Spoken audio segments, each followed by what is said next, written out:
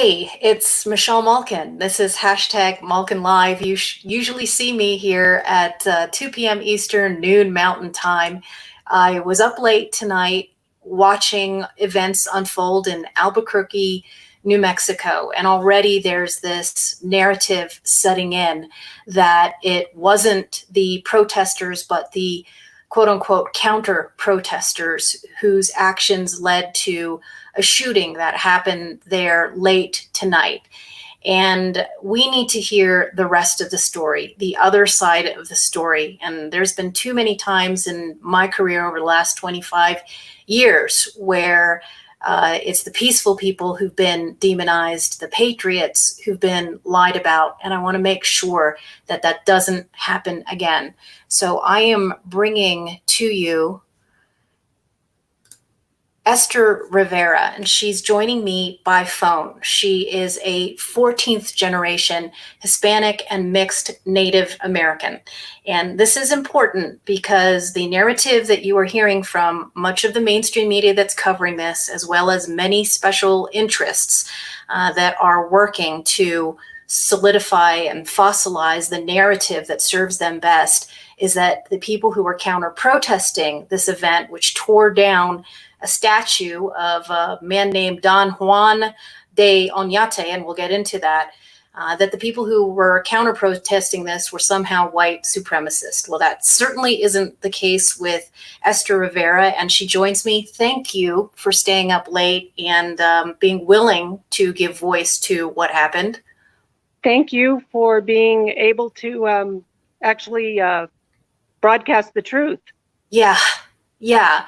So I want to start with what's happened in the last several hours and then sort of pull the lens back and talk about your role in warning about the conditions that led to the violence that happened there tonight. But why did you go, and where do you live in relationship to Tigue Park, where this event took place? I'm from Albuquerque, New Mexico, and in 2001 moved back to Albuquerque, New Mexico, where I purchased a home in the downtown area, which is located 6 blocks from the museum and an area called Old Town and the park named Tigue Park, and that's where this all occurred.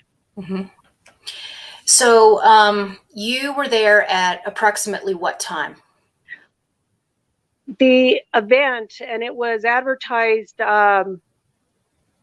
maybe we need to talk about that as well. It was advertised as a prayer event, and it was advertised for 6 p.m. But previously in the week, it had been advertised as an action by a group named Red Nation and Yenizado Nation, which is a sort of an aligned group. And they were basically made public property at the Albuquerque Museum, and actually at a property in a completely different part of New Mexico, hundreds of miles away, in a place, area called Alcalde.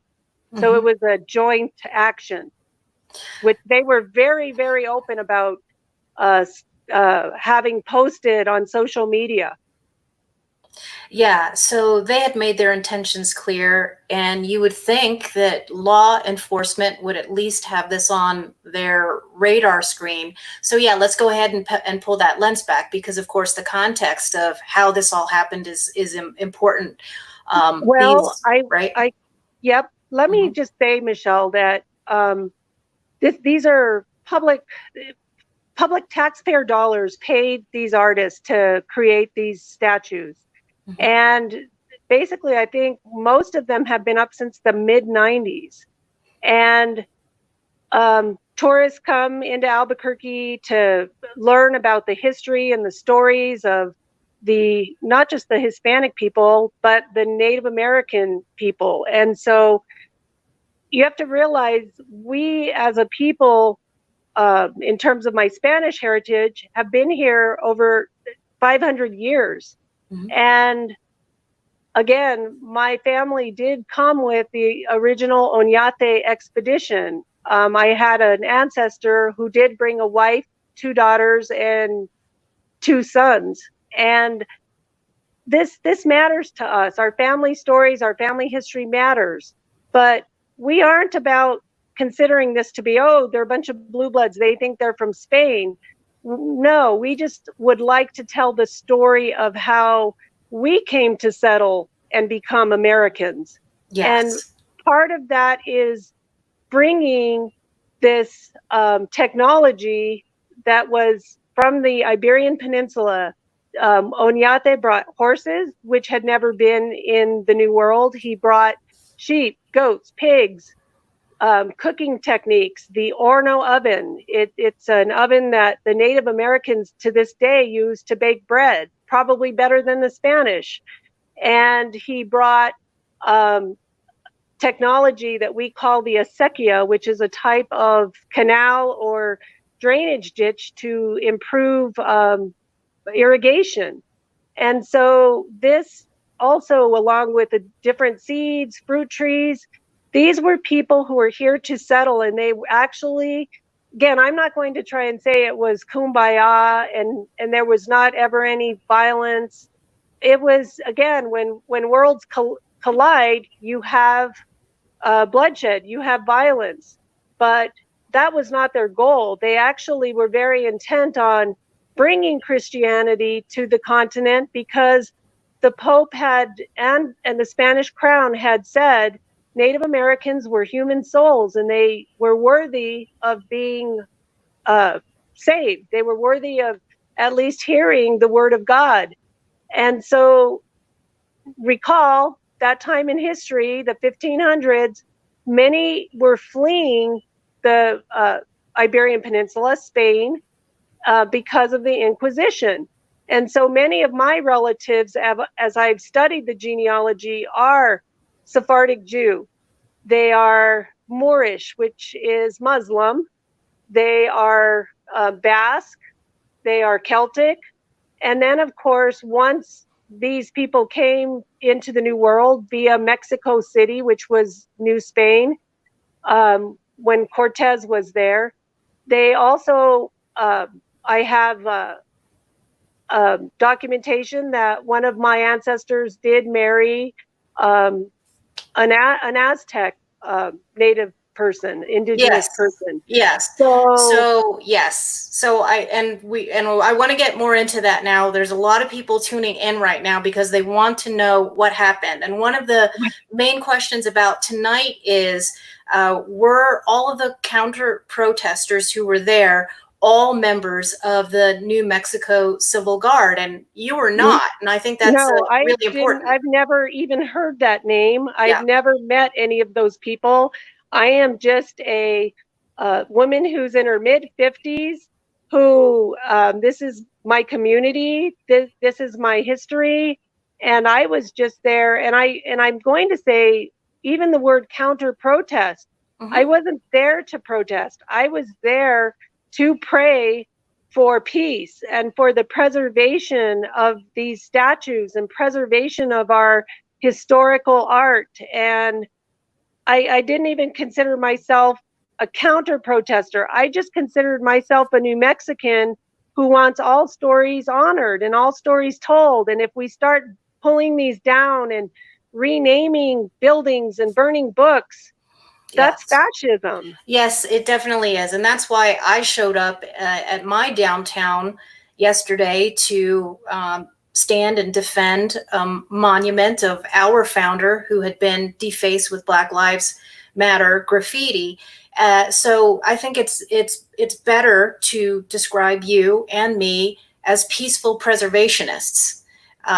Thank you. Yes, and so the false narrative that is spreading like wildfire right now, tonight, on social media is that you and others like you from the neighborhood, as well as members of the New Mexico Civil Guard who were there to protect the peace, were the ones who were the instigators. When in fact, I want you to talk a little bit about the scene where you were. You told me in our phone conversation before we went live here that you were literally on your knees. You were the one doing the praying, and then this mob physically laid its hands on you. Yes, and again, there was, again, every time these things are set up, it's always sort of their goal so that they can sort of use it was a peaceful protest. There was a peaceful ceremony at the park across from the museum, but that was very short-lived. And that actually was planned, I would say, on the fly once their action, the Antifa, Red Nation, Black Lives Matter action was made public. Yeah. And so they just sort of put this thing together. And again, they gave only one side of the story. And again, I wanted to tell my Native American brothers and sisters, we have lived together peacefully.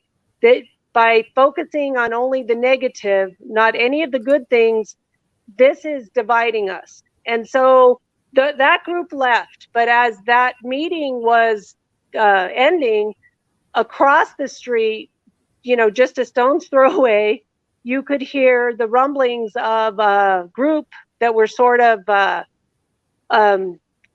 you could hear voices building, yelling, shouts. And so I crossed the street to go to the statues and make sure that they weren't vandalizing them, but also just to begin praying, because that's the point at which I knew we needed prayer, because there were about, I want to say 200 or more of these young people with their masks on, and some of them with hoodies. Again, very, very angry. The minute they figured out that I wasn't, quote unquote, on their Marxist team, they were quite vocal, and a lot of profanity, a lot of threats, get out of here, you're not wanted. And I said it was publicly announced this was to be a prayer meeting. And so I got on my knees in front of the statue and I said, so let's pray. And I recited the Lord's Prayer. And that just seemed to make them very angry. They obviously were not there to pray. There was a Native American or curandera, healer, and she and I did hold hands and pray. Mm-hmm. And again, in terms of the civil guard, I did see men, and at first I actually thought they were police officers. Mm-hmm. And that's what I assumed them to be. And yes, then there are actually reports from people that the police knew that they were coming and that they were working together. And so this raises a point. I just want to make this clear for my audience, because from what you told me in our conversation before we went live, there were no police around. Not one. Okay? Not a security guard. Okay, this is so important. And so time and again, when anarchy reigns, it is armed private citizens who have to fill the vacuum.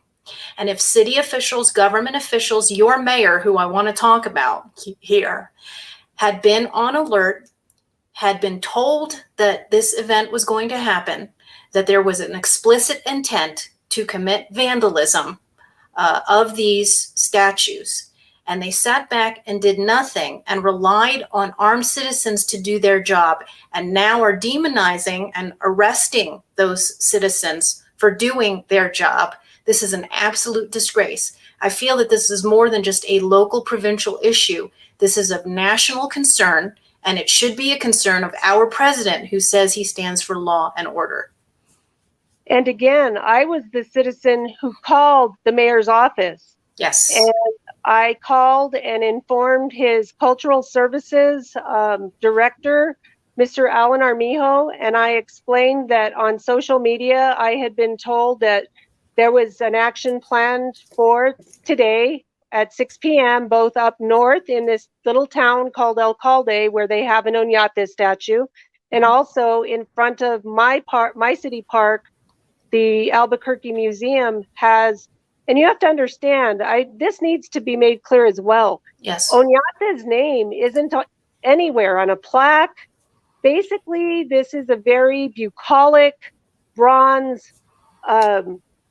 It's a number of statues. It's figures of some of the conquistadors, but more than anything, it's the animals. There's sheep, there's goats, there's a cart with being drawn by oxen. There's a woman holding the hand of a child and carrying a baby.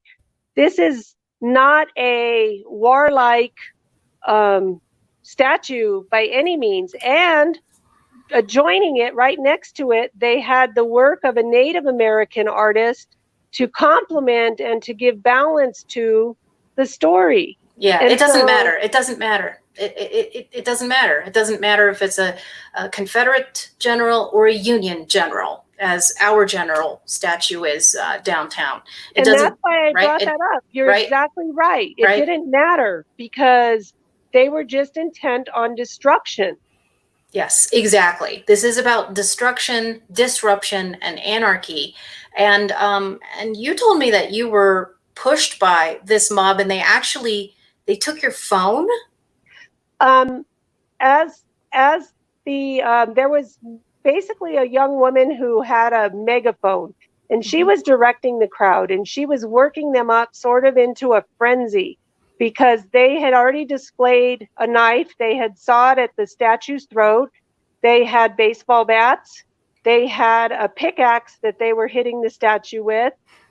They had put really ugly language in front of the statue, a trash bag over his head. They had climbed up where the statue is, so they were climbing up and trying to push it, trying to knock it off the base, and they were becoming frenzied. You could just hear her working them up with their shouts. And is she the one that had the knife? Because we see the video where somebody's slicing the throat of the Yes. And I could just feel like the tone had changed, because the whole time they were definitely shouting insults and being very aggressive and very threatening, but the tone changed because the body language, they started bumping me, and I noticed bumping others, the peaceful preservationists, a lot more. Yes. I started noticing that they were surrounding us with a lot of very big bodies and starting to try to be more intimidating, and they were being directed by the woman who was leading the cheers. It was like she nodded her head and they sort of surrounded us. And right before they knocked me down, there was one of the gentleman who was part of that armed group. He was the only one up there near them. And they were pushing him because he was vastly outnumbered, and they knocked him forward. And as his head went forward, his hat flew off and his sunglasses flew off. And the Antifa grabbed his hat and glasses and they ran away with it like they had a trophy. And so after that happened, because I said, give him his hat back. That's his property. And they were just gloating and shouting in my face. That's when they knocked me forward. And I fell to my knees. And as I was going down, a young woman next to me grabbed my phone and stole it out of my hand. And so they were jostling me and sort of kicking me with their feet and stirring up the dust. And I stood up, and I wear a back brace because I was in a car accident. And so, I consider myself healthy, but my back is not always very stable. And so I did get back up, and I was closed in even more. And one of the gentlemen, because I asked the young woman for my phone, and she basically, I hate to use the language, but she said, "No, bitch, I'm not giving it back to you." And I said, "Please give me back my phone." And she is holding it up, and I'm glad she sort of held it up, because at that point, a young man rammed his shoulder into me. I sort of rammed into her from the other side. And because she was off balance, she sort of waved the phone toward me, and that's when I grabbed it.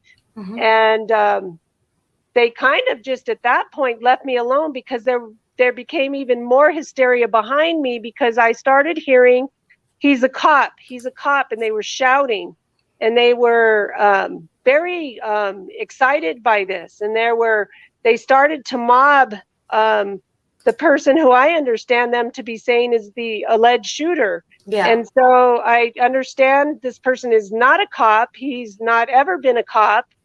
And that didn't matter to these people, because I think I even said, he's not a police officer. And they continued to shout, he's a cop. And at that point, I was distracted because they had stuck basically an automotive chain around this statue, and they had about 8 people trying to pull it down. And I had noticed the group that had been armed, they were leaving. They were just done because it looked like the statue was going to come down. Mm-hmm. And they hadn't ever demonstrated any aggressiveness, nothing. They were very silent. They were not being loud. I don't think they even said much of anything. It was myself and a couple of other people and neighbors who were shouting USA, or trying to focus this group on peaceful things, that we weren't all Marxists. But again, this activity with he's a cop, that seemed to get these people very stirred up. And I noticed that people started chasing the men who were leaving the scene. And that's when I called 911, and I just said, you need to get law enforcement here. There's a riot going on. Yeah. And probably about, I don't know, 3-4 minutes later, SWAT did arrive, and I just pointed and said, right about that time, right before they got there, I heard about 2 or 3 shots, but I just thought they were shots fired in the air. Mm-hmm. And then there was a lot of screaming and a lot of running and a lot of commotion, and I was just sort of just stunned. Yes, and just to sort of fill in, I know that most of the people who are tuning in right now on Twitter, through Periscope, or on my YouTube Live have likely seen the video that was taken by a local reporter who tweeted an entire thread of the event. She might have even filmed some of you. I haven't seen all of the video clips, Esther. But just to recap, the video of the alleged shooter behind you, and by the way, he's already been doxxed, but I'm not going to name him, and I know that you're not either, just to protect him. But he had been attacked. Somebody had a massive skateboard, and you said you saw that too in the mob. They used skateboards on me as well, clipboards and skateboards. Yes, they kept putting it toward my face, like they were going to hit me, and blocking if I was trying to film with my phone. Right. And so it wasn't just one skateboard. At any one time, it could be 2 or 3 skateboards and a clipboard, and a hand. And so they were really pressing, and I kept reminding them that they were not complying with the social distancing requirements.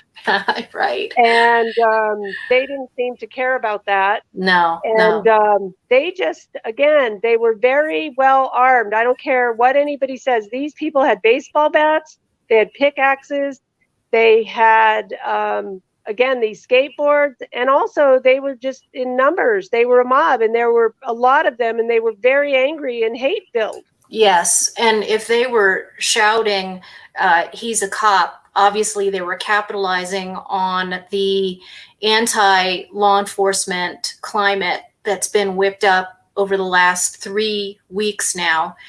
Cops are being assassinated. Just tonight, before I started tuning into what was happening in your neighborhood, Esther, we got reports from friends of mine who are retired NYPD that several cops were poisoned by milkshakes that were tainted with some toxic substance that they had ordered at a Shake Shack while they were on riot duty. And of course, we've had several law enforcement officers who've been shot at, murdered, beaten, taunted. So, the fact that you have these, right, agitators. There was no reason that there shouldn't have been some form of security. Yes. I mean, bottom line, that's it. Because I myself, and again, I want to make something very clear.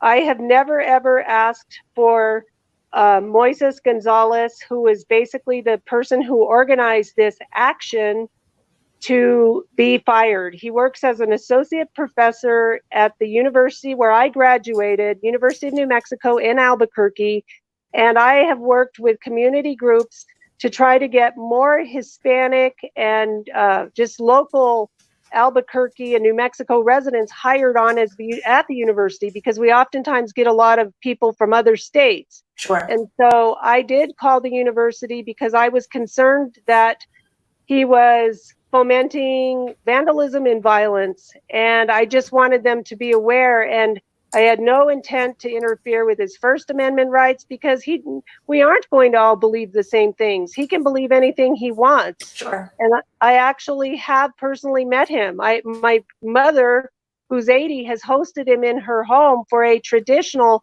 Spanish event called Good Friday, where we do a pilgrimage, and it's a very Catholic event. And this man has sat in her living room and in her backyard and shared her hospitality, her traditional Spanish food, Lenten food, sure. and wine. And so I have no ill will toward him. I am very angry that he appears to be profiting off a book that distorts what our identity is about. And it's actually trying to make every person who has brown skin in New Mexico believe they were enslaved, believe that they are oppressed and angry. Yes. And that's just not who we are. So let me just repeat this because it's very important. Moises Gonzalez is a professor of architecture at UNM, at University of New Mexico. Correct. Correct. And he had been publicizing the takedown of these statues over the last week. Yes. On social media. And tell me now, because of course you have been very vocal, and this is why I had to have you on. It is so incredibly brave. There are people in the comment section right now that are saying, oh, maybe you shouldn't say her name. And I said, this woman is brave enough to put her name to her voice. And of course, you have been crusading for the preservation of these monuments and statues, and you started a petition to do so as well, correct? Yes, I started a petition along with a group, the Hispano Roundtable, that is about cultural preservation. And again, I've already been doxxed.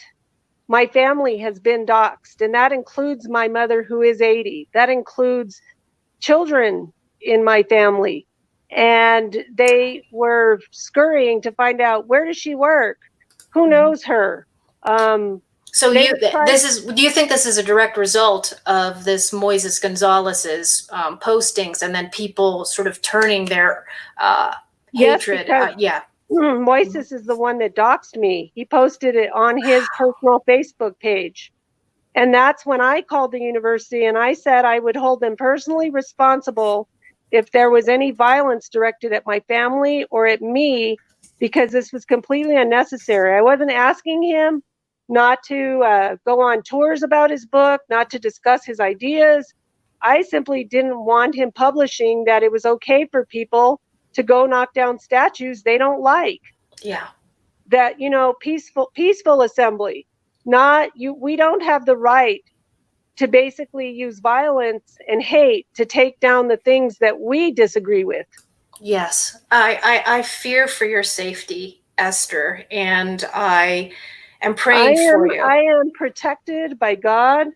I am protected by the light of many guardian angels, and I have no fear. None. Well, God bless you. God bless you. I wish I could send a phalanx of National Guardsmen, but you're right. You are protected by light and by providential intervention. I think that's what brought us together in the middle of the night. I mean, and our convictions and our desire for a better world, and the knowledge that we live in the best country in the world. And again, I just don't understand people who are so focused on hate and division, because you know what? There's no place on earth is perfect, but the United States is about as close at this point as we are going to get. And if we don't start defending it and speaking up for our neighbors and not succumbing to the mob and not living in fear, I refuse to live in fear. You know what? Come find me. I'll talk to anybody. I don't have an ounce of fear, and I walk forward because I don't walk forward in any measure of hate. I don't even hate the people that were at this event. I feel so sorry that however they got to this point in life, they didn't have the kind of love and value taught to them by a grandparent, a parent, a teacher, a mentor, to really show them that, you know what, there's a whole world of opportunity for you. You don't have to claim victimhood. You don't have to be oppressed. You don't have to create division and hate, because, you know, you've got so much available to you. And that, my heart breaks for these young people. Yeah, yeah, it does. On the other hand, you have a lot of feckless so-called leaders in government who are indulging violence, who are enabling it in They're towns like using yours. them. They're using Yeah, these young people and yeah, not giving them correct information, and not uh, basically in New Mexico, we've lived in peace for 200 years. And do you realize that even after the natives in 1680 routed the Spanish, about 2,400 Spanish lived there, 400 women and children who were praying at a feast day were killed. The other 2,000 ran pretty fast and made it to El Paso and survived. yeah, But when the Spanish came back, they came back because the person who had led that genocide, the Native American named Popeye, he was had made a lot of promises, just like I believe promises are being made to these young people. And yeah, he promised them utopia. And what they had was famine, disease, and they were being attacked by the Plains Indians. And I want the United States to realize New Mexico is different. We are a state of peace. We are a state of diversity, because when the Spanish came back 12 years later, they were asked to come back because these pueblos, and we have 19 of them, were being attacked by the Apache. And again, I have no hate for the Apache. My father's family, there's some Apache ancestors there, but they were attacking, again, the more peaceful Pueblo communities, which still exist today. yeah, And again, they exist because the Spanish surveyed their lands, and those surveys were presented to the court when the Gadsden Purchase was made, and yep, they were incorporated in perpetuity. So they live on those lands today. That's why New Mexico looks different than the East Coast. yes, We kept the land intact for the natives. So yes. Hispanics do not hate natives. We need to make that very clear. You know, I wish that reason and history and facts would prevail in the current debate. But when you've got crazed agitators with backpacks filled with pickaxes and chains, and their sole agenda is to rip up and tear every last vestige of our history complex. And I think, but it's not our history that they want. These are just token skins. Sure, of What course. they're really going after is to basically destroy our country. Yes, And yes, that's what they basically announced tonight. yes. And No that's question their about intended it. goal.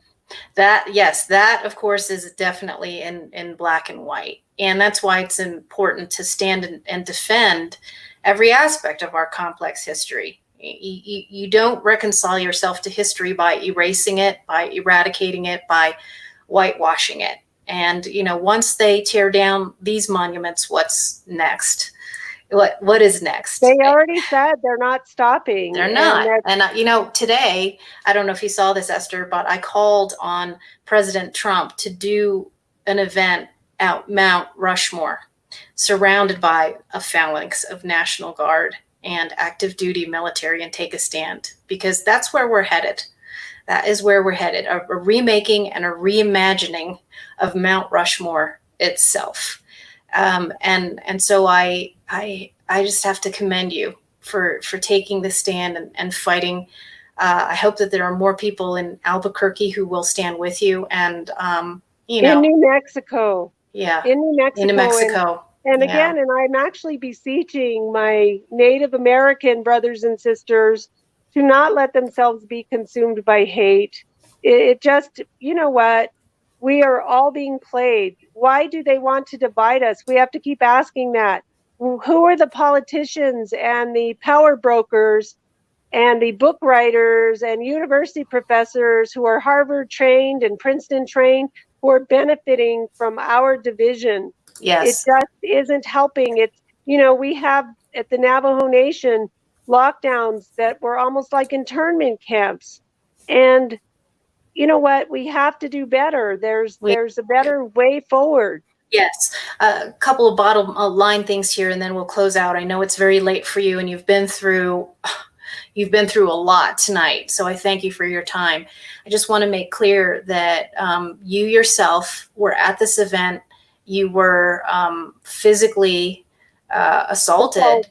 Right? Your phone was grabbed from you. You called 911. It took a couple of calls to get through to be able to get law enforcement to show up. They showed up right as the shots were being fired. And from your vantage point and your perspective and your firsthand witnessing, the members of the New Mexico citizen, what is it called? The New Mexico citizen, what are they called? Civil Guard. The New Mexico Civil Guard were completely peaceful and in fact had sort of withdrawn, even though they were on this headed toward the road that adjoins this museum is called Mountain, and they were already on Mountain Road. They were leaving, and in fact, the one man was being pursued, the one that they thought was the police officer, and they were chasing and shouting, "He's a cop." They were literally chasing him and swinging skateboards at him.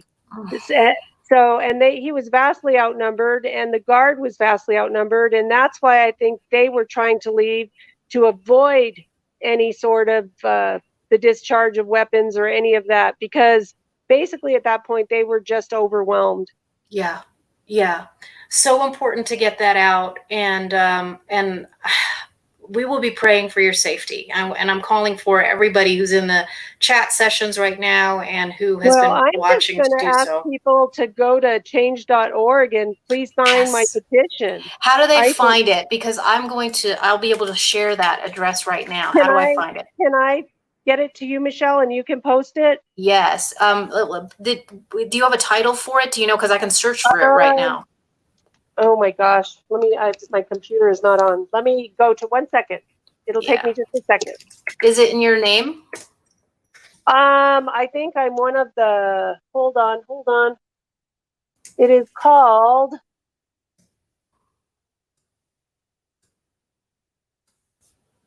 come on. Okay, hold on.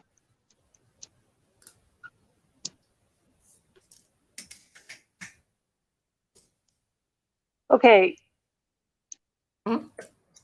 It's called, it just says, "Can you spare a minute to help New Mexico Hispano Roundtable?" And I'm opening it. Stop attacking our Hispanic heritage. Okay.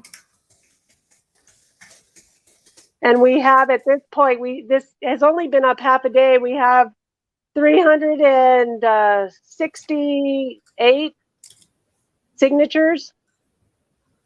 Okay, check it out. There it is. I actually need everybody who wants to preserve and protect our republic to please sign this. You know, this is, again, if we just capitulate and give in to the mob, give in to Antifa, they're going to overwhelm every neighborhood park, every statue that they dislike. They'll rename schools. They'll want to rename military bases. They've already said what their goal is. Oh, yeah. And we have to stand strong and united. Absolutely. So I put the URL for the change petition right there. I don't know if you can see it. And urge people to check that out, share that. And I'm going to let you go, and but hold you in prayer. and I hope that everyone will do the same. And, you know, when I did my little rally yesterday, I said that more people needed to do this in their neighborhood. More people needed to stand up, and you've done it. And thank goodness that you are in one piece and that you were not harmed too badly. Although, I mean, there's a lot of trauma that goes on when you take a stand like this. There's all sorts of attacks. Like you said, you've already been doxxed. And extremely frightening. These people, every part of them was poised for intimidation and threats. And that's why people are afraid to stand up. But we have to join together and do this. We definitely do. So keep us updated, and I'll keep in touch with you. Thank you so much. As I get any news or video, I will forward them. Thank you so much, Michelle. Absolutely. Take care. Good night, Esther. Good night.